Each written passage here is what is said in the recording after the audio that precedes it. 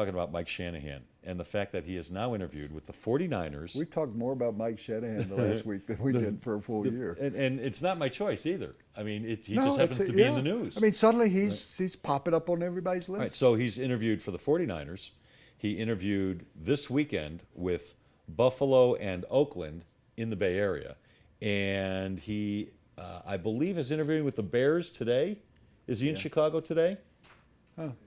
Yeah. So I think the others came here. The 49ers were here to talk to Gaze. They talked to Mike while they were here. Yeah, I would think. I don't think I'm breaching any confidences here, but they spent 5 hours at That's Mike's what I'm house saying. last Saturday. Yeah. One of the other teams that came Mike, here. I said to Mike, he's got the big house. I said, Mike, are you sure you want the 49ers to come to your house to do the interview? Because they're going to look around at that 40,000 square feet and say, this guy doesn't need a freaking job. Yeah. He's hungry. Yeah. Well, you can look at it the other way. He's got to pay for that house. Yeah, I don't think he true. paid cash for it. No telling what it cost. I don't think he paid cash, so he might need the job. The $7 million is about to run its course. Well, what's so intriguing here is Mike reuniting with Jay Cutler and Brandon Marshall possibly in Chicago. Mike going back to San Francisco where he won a Super Bowl as the offensive coordinator and coaching up Colin Kaepernick. How about, maybe the most interesting one though, is Mike going back to Oakland to coach the Raiders. How about that one? I mean, I think the most interesting 15 is years Mike ago, Shanahan with his tan going to Buffalo. yeah, that ain't gonna work. And he was there for that famous AFC Championship game where the Broncos lost to the Buffalo Bills because a kicker for the Broncos, whose name I won't mention, missed 4 field goals, and John Elway got hurt, and Kubiak did lead him back to a touchdown and almost to a victory there. But Mike's most famous time in Buffalo. Tell me, Mike's. Here's a trivia question for you. Okay. What is the most famous game that Mike Shanahan, as a Broncos coach, coached in Buffalo? The most famous game. I know that is so obscure. Well, then tell me. The fire drill. Do you remember the fire drill game? Oh, the Jason Elam field goal? Where they had 16 seconds Yeah. and they call fire drill. Yeah. And they run on At the the very field end of the game. and they kick it. But what else happened in the game? Tell me, remind me. Also, Shanahan called a timeout. Oh, he's the one who started that whole trend. When the other team lines up to kick a field goal. Is that what you're talking about? Yeah. Yeah. And he calls a timeout right before the snap. Yeah. And the field goal kicker. I saw one in the playoff game where the one team called a timeout. I think it might have been. I don't Backfired on a few coaches. But in the playoff game, the coach of the offense of the team called a timeout.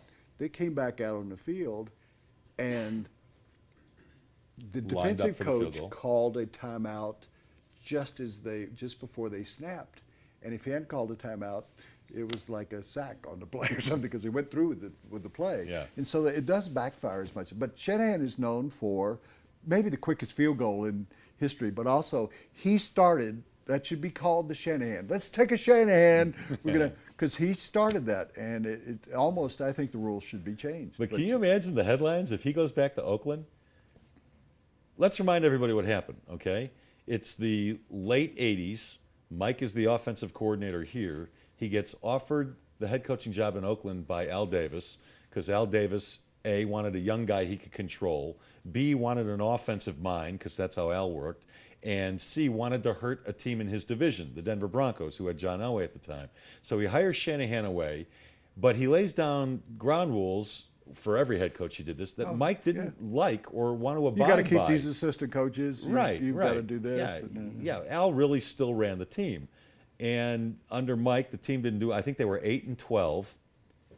He coached one season and then started the next season 0-4, and Al Davis gave him the hook, and then Mike came back here to be the offensive coordinator again. But as he fired him, he also didn't pay Mike all the money he owed Mike, according to Mike, which was $250,000, and Mike never forgot that. Yeah. So that was the history there. I must tell you the one funny story that I have in regard to that is I wrote a column saying the Broncos were going to beat Mike Shanahan and the Raiders 100-0.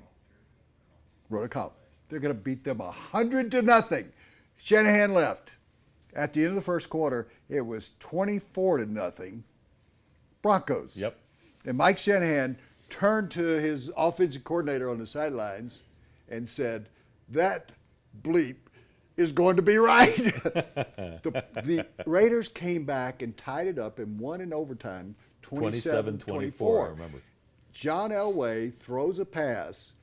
It's picked off by the Raiders and returned for a touchdown. Shanahan knew what the play was going to be and had told the cornerback, play up on this play.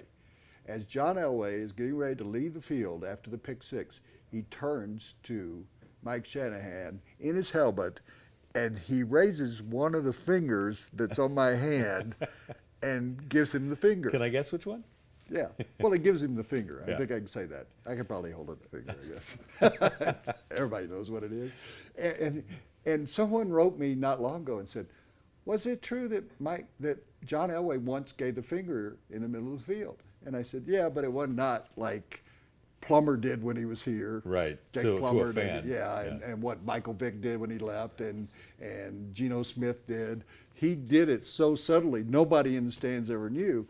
But I was told the story by both those stories by Mike Shanahan, that John gave him the finger when he went off the field because he knew that Shanahan had called the defense knowing what the play was going to be. So that was the funny story, and it didn't turn out to be 100-0. What a story! If he were to go back to, I think any of those stories, except for Buffalo, Shanahan going to any of those three teams would be a great story. Well, what do you think, without giving away, because I know you spend time with Shanahan, divorce yourself for that if you can.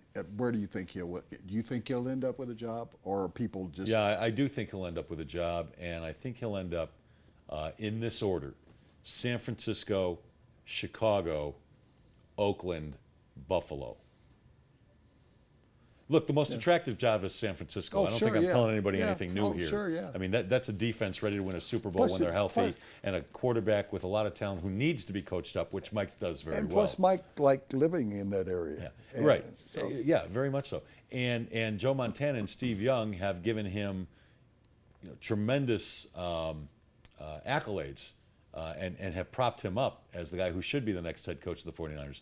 Chicago, of course, he reunites with Jay Cutler and could maybe salvage the money that the Bears invested in Cutler by turning him into a better quarterback, by turning things around there.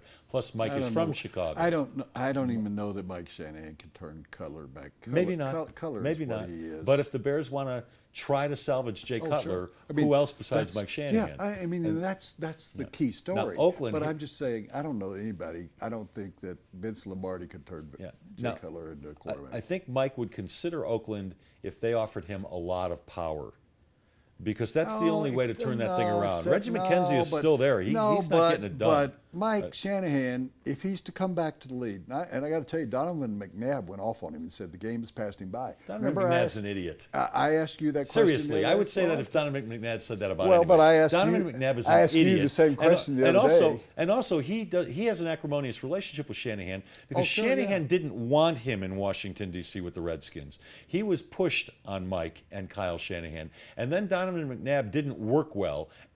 Didn't work hard, and Mike called him out on that. So Donovan McNabb has a little. Yeah, I'm just saying he says that, and I asked you the question earlier a week or so ago. I said, "Has the game passed him by?" No, it hasn't passed him by. And that's the same answer Not you at gave all. me then. If it passed him by, do you think he'd be getting all these interviews?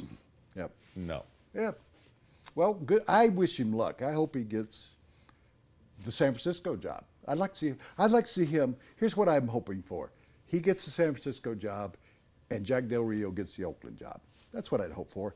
And Adam What about Adam Gase? Where do you want Adam Gase? I would like to see him in New York. With the Jets? There was a hint at the very end of the season in the last game that Geno Smith might. I'm telling you, there was a hint. Look at the last game. You didn't pay attention to the last game. Geno Smith.